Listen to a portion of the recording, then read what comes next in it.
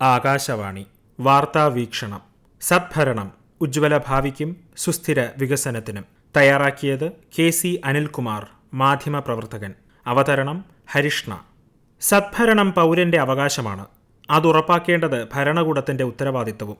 ഒരു രാജ്യത്തിന്റെ പുരോഗതിയുടെ താക്കോലാണ് സദ്ഭരണം.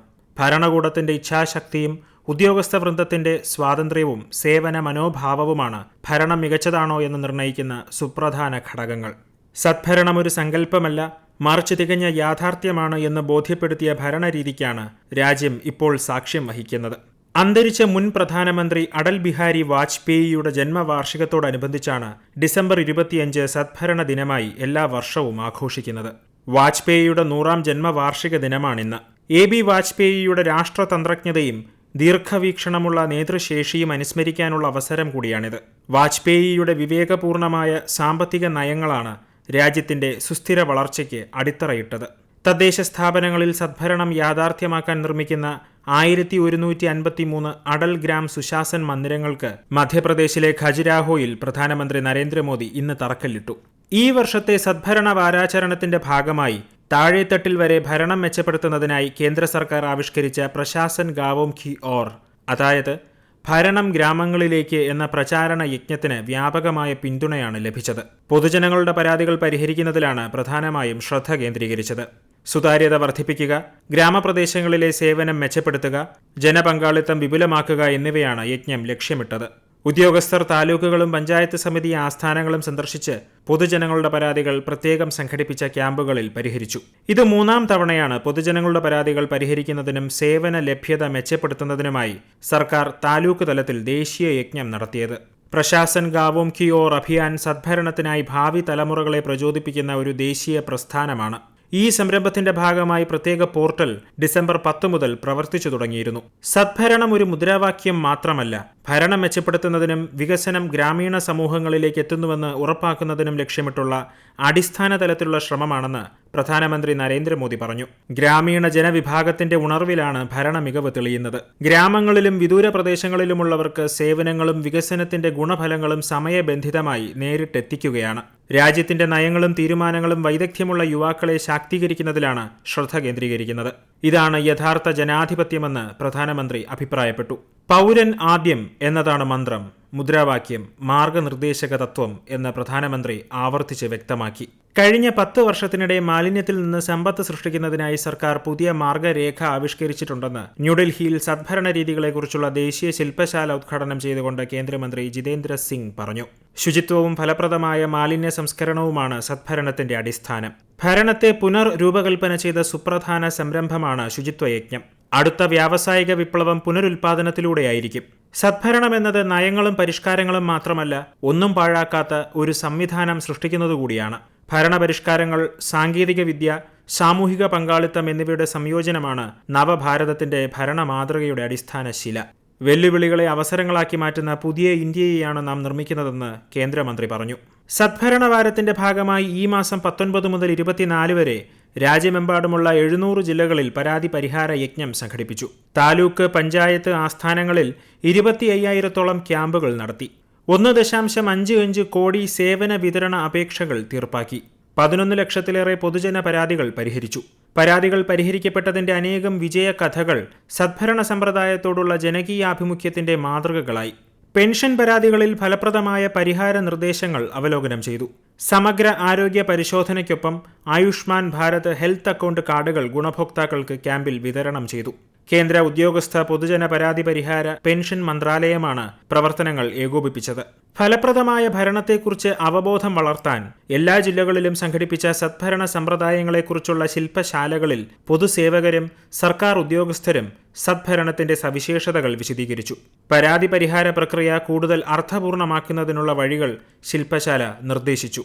ചീഫ് സെക്രട്ടറിമാർ, ഭരണപരിഷ്കാര സെക്രട്ടറിമാർ, എല്ലാ സംസ്ഥാനങ്ങളിലെയും കേന്ദ്രഭരണ പ്രദേശങ്ങളിലെയും ജില്ലാ കളക്ടർമാർ എന്നിവർ ചടങ്ങിൽ വെർച്വലായി പങ്കെടുത്തു. ശില്പശാലയിൽ പങ്കാളികൾ തമ്മിലുള്ള ആശയവിനിമയം വികസിത് ഭാരത് എന്ന പ്രഖ്യാപിത ലക്ഷ്യത്തിനനുസൃതമായി പൊതുജന പരാതികൾ വേഗത്തിലും വസ്തുനിഷ്ഠമായും പരിഹരിക്കുന്നതിന് വഴിയൊരുക്കി. ഭരണതലത്തിൽ സർക്കാർ കൊണ്ടുവന്ന വിവിധ പരിഷ്കരണ നടപടികൾ സദ്ഭരണത്തിന് ഊർജം പകർന്നിട്ടുണ്ട്. Digital India, Jan Dhan Aadhaar mobile ത്രയം, UPI payment സംവിധാനം, ഗുണഭോക്താക്കൾക്ക് നേരിട്ട് പണം നൽകുന്ന DBT സംരംഭം, പണരഹിത സമ്പദ് വ്യവസ്ഥ തുടങ്ങിയവ സാധാരണ ജനങ്ങളും സർക്കാരും തമ്മിലുള്ള അകലം ഗണ്യമായി കുറച്ചു. ജൻധൻ യോജനയിൻ കീഴിൽ ഇതുവരെ 54.19 കോടി ബാങ്ക് അക്കൗണ്ടുകൾ തുറക്കുകയും 2.4 ലക്ഷം കോടി രൂപ നിക്ഷേപം സമാഹരിക്കുകയും ചെയ്തിട്ടുണ്ട്. പദ്ധതിക്ക് കീഴിൽ ഏകദേശം 37 കോടി റൂപേ കാർഡുകൾ വിതരണം ചെയ്തു. DBT സുതാര്യത ഉറപ്പാക്കുകയും പണച്ചോർച്ച തടയുകയും ചെയ്യുന്നു. 40.81 ലക്ഷം കോടി രൂപ സർക്കാർ പദ്ധതികളിലെ ഗുണഭോക്താക്കളുടെ അക്കൗണ്ടുകളിലേക്ക് നേരിട്ട് കൈമാറിയിട്ടുണ്ട്. ഇതുവഴി 3.5 ലക്ഷം കോടി രൂപ ലാഭിക്കാൻ കഴിഞ്ഞതായി കണക്കുകൾ സൂചിപ്പിക്കുന്നു. പ്രധാനമന്ത്രി കൗശൽ വികാസ് യോജന, ദീൻ ദയാൽ ഉപാധ്യായ ഗ്രാമീൺ കൗശൽ യോജന തുടങ്ങിയ പദ്ധതികളിലൂടെ ലക്ഷക്കണക്കിന് ആളുകൾക്ക് തൊഴിൽ പരിശീലനം നൽകി. കഴിഞ്ഞ 1.5 വർഷത്തിനിടെ രാജ്യത്തെ യുവാക്കൾക്ക് ഏകദേശം 10 ലക്ഷം സർക്കാർ ജോലികൾ നൽകിയിട്ടുണ്ട്. നാരീശക്തി വന്ദൻ അധീനിയം, സുകന്യ സമൃദ്ധി യോജന തുടങ്ങിയ സംരംഭങ്ങളിലൂടെ ലിംഗസമത്വത്തിനായി സർക്കാർ പ്രവർത്തിക്കുന്നു. സദ്ഭരണത്തിന്റെ നേട്ടം രാജ്യത്തെ ആരോഗ്യ മേഖലയിലും പ്രകടമാണ്. ആയുഷ്മാൻ ഭാരത് പ്രധാനമന്ത്രി ജൻ ആരോഗ്യ യോജനയ്ക്ക് കീഴിൽ രാജ്യത്തുടനീളം 36 കോടിയിലധികം ആയുഷ്മാൻ കാർഡുകൾ സൃഷ്ടിച്ചതായി സർക്കാർ അറിയിച്ചു. ഇതുവരെ ഏകദേശം 8.39 ലക്ഷം പൗരന്മാർക്ക് പദ്ധതിയുടെ പ്രയോജനം ലഭിച്ചു. 2018 സെപ്റ്റംബറിൽ ആരംഭിച്ച ഈ പദ്ധതി ഒരു കുടുംബത്തിന് പ്രതിവർഷം 5 ലക്ഷം രൂപ വരെ പരിരക്ഷ നൽകുന്നു. സദ്ഭരണം അക്ഷരാർത്ഥത്തിൽ തന്നെ യാഥാർത്ഥ്യമാക്കാൻ സർക്കാർ വിപ്ലവകരമായ പരിഷ്കരണ നടപടികളാണ് നടപ്പിലാക്കിയത്. മുഴുവൻ സംവിധാനവും വേഗത്തിലാക്കുന്നതിനായി നടപടിക്രമങ്ങൾ ലളിതമാക്കി.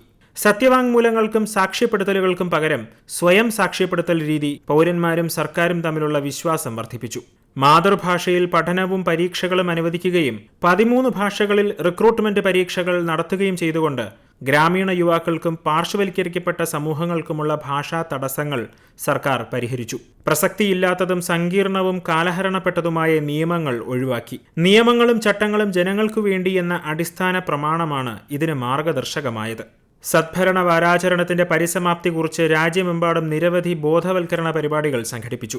സദ്ഭരണ ദിനമായ ഇന്ന് ഉദ്യോഗസ്ഥ പൊതുജന പരാതി പരിഹാര മന്ത്രാലയം നിരവധി നൂതന സംരംഭങ്ങൾക്ക് തുടക്കം കുറിച്ചു. ഭരണത്തിന്റെയും സേവനത്തിന്റെയും ഗുണനിലവാരം ലക്ഷ്യമിട്ടുള്ള വികസിത് പഞ്ചായത്ത് സംരംഭമാണ് അവയിൽ പ്രധാനം. പെൻഷൻ ഫോമുകളുടെ ലളിതവൽക്കരണമാണ് മറ്റൊന്ന്. 2014 മുതലാണ് സദ്ഭരണ ദിനം ആഘോഷിച്ചു തുടങ്ങിയത്. നിയമവാഴ്ച ഉയർത്തിപ്പിടിക്കുന്നതിനോടൊപ്പം പങ്കാളിത്തം, സമവായം കെട്ടിപ്പടുക്കൽ, ഉത്തരവാദിത്തം, സുതാര്യത, പ്രതികരണശേഷി, ഫലപ്രാപ്തി, കാര്യക്ഷമത, തുല്യത എന്നിങ്ങനെ 8 പ്രധാന സേവന മേന്മകളിൽ സദ്ഭരണത്തെ വിശേഷിപ്പിക്കാം. ഈ ചട്ടക്കൂട് അഴിമതി കുറയ്ക്കാൻ സഹായിക്കുന്നു. തീരുമാനങ്ങൾ എടുക്കുന്നതിൽ പാർശ്വവൽക്കരിക്കപ്പെട്ട വിഭാഗങ്ങളെ ഉൾപ്പെടുത്തുമെന്നത് ഉറപ്പുവരുത്തുന്നു. മാത്രമല്ല, ഇന്നത്തെയും ഭാവിയിലെയും സാമൂഹിക ആവശ്യങ്ങളെ പരിഗണിച്ചുകൊണ്ടാണ് ഭരണനിർവഹണം നടക്കുന്നത്. സ്വതന്ത്രമായ ജുഡീഷ്യറിയും നിഷ്പക്ഷവും അഴിമതിരഹിതവുമായ പോലീസ് സേനയും സദ്ഭരണത്തിന്റെ കരുത്താണ്. സർക്കാരിന് അതിന്റെ നയങ്ങൾക്കും അവയുടെ ഫലങ്ങൾക്കും പൊതുജനങ്ങളോട് ഉത്തരവാദിത്തമുണ്ട്. എല്ലാ മേഖലകളും സമൂഹത്തിന്റെ മികച്ച താൽപര്യങ്ങൾക്കനുസൃതമായി പ്രവർത്തിക്കുന്നുവെന്ന് ഉറപ്പാക്കിക്കൊണ്ട് പൊതുജനങ്ങളോട് മറുപടി പറയേണ്ട ഉത്തരവാദിത്തം സർക്കാർ മേഖലയിൽ പ്രവർത്തിക്കുന്ന എല്ലാവർക്കുമുണ്ട്.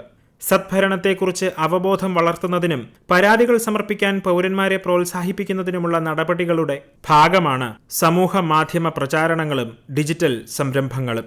പൗരന്മാരുടെ മെച്ചപ്പെട്ട ക്ഷേമമാണ് ഇന്ത്യയുടെ സദ്ഭരണ സംവിധാനം ആത്യന്തികമായി ലക്ഷ്യമിടുന്നതെന്ന് ഐക്യരാഷ്ട്രസഭ അഭിപ്രായപ്പെടുന്നു. ഡിജിറ്റലൈസേഷൻ ഇന്ത്യയുടെ ഭരണപരിവർത്തനത്തെ സഹായിക്കുന്ന ഒരു നിർണായക ഘടകമാണ്. മറ്റൊരു ഘടകമാണ് ആധാർ. 1992 ഭരണവും വികസനവും എന്ന റിപ്പോർട്ടിൽ ലോകബാങ്ക് സദ്ഭരണത്തെ ഒരു രാജ്യത്തിന്റെ സാമ്പത്തികവും സാമൂഹികവുമായ വിഭവങ്ങൾ വികസനത്തിനായി കൈകാര്യം ചെയ്യുന്നതിൽ സത്യസന്ധമായി അധികാരം വിനിയോഗിക്കുന്ന രീതി എന്നാണ് നിർവചിച്ചിരിക്കുന്നത്. നല്ല ഭരണവും മനുഷ്യാവകാശങ്ങളും പരസ്പര പൂരകവും അന്യോന്യം ശക്തിപ്പെടുത്തുന്നതുമാണ്. ജനങ്ങളുടെ ജീവിത നിലവാരം മെച്ചപ്പെടുത്തുന്നതിനുള്ള യഥാർത്ഥ പ്രതിബദ്ധതയിൽ നിന്ന് പ്രചോദനം ഉൾക്കൊണ്ട് ഭരണമേറ്റെടുത്ത ഒരു സർക്കാരിന് സദ്ഭരണം ഒരു ധർമ്മമാണ്, മാർഗമാണ്. തിളക്കമാർന്ന ഇന്ത്യയ്ക്ക് സദ്ഭരണ ദിനം പുതിയ കടമകളും പുത്തൻ പ്രതീക്ഷകളുമാണ് നൽകുന്നത്. ആരോഗ്യം, മതിയായ പാർപ്പിടം, മതിയായ ഭക്ഷണം, ഗുണമേന്മയുള്ള വിദ്യാഭ്യാസം, വ്യക്തിഗത സുരക്ഷ തുടങ്ങിയ അടിസ്ഥാന അവകാശങ്ങൾ ഫലപ്രദമായി ഉറപ്പാക്കിയതിലൂടെയാണ് രാജ്യത്ത് സദ്ഭരണം ജനകീയമാക്കി മാറ്റിയത്. നിങ്ങൾ കേട്ടത് വാർത്താവീക്ഷണം. സദ്ഭരണം ഉജ്ജ്വല ഭാവിക്കും സുസ്ഥിര വികസനത്തിനും.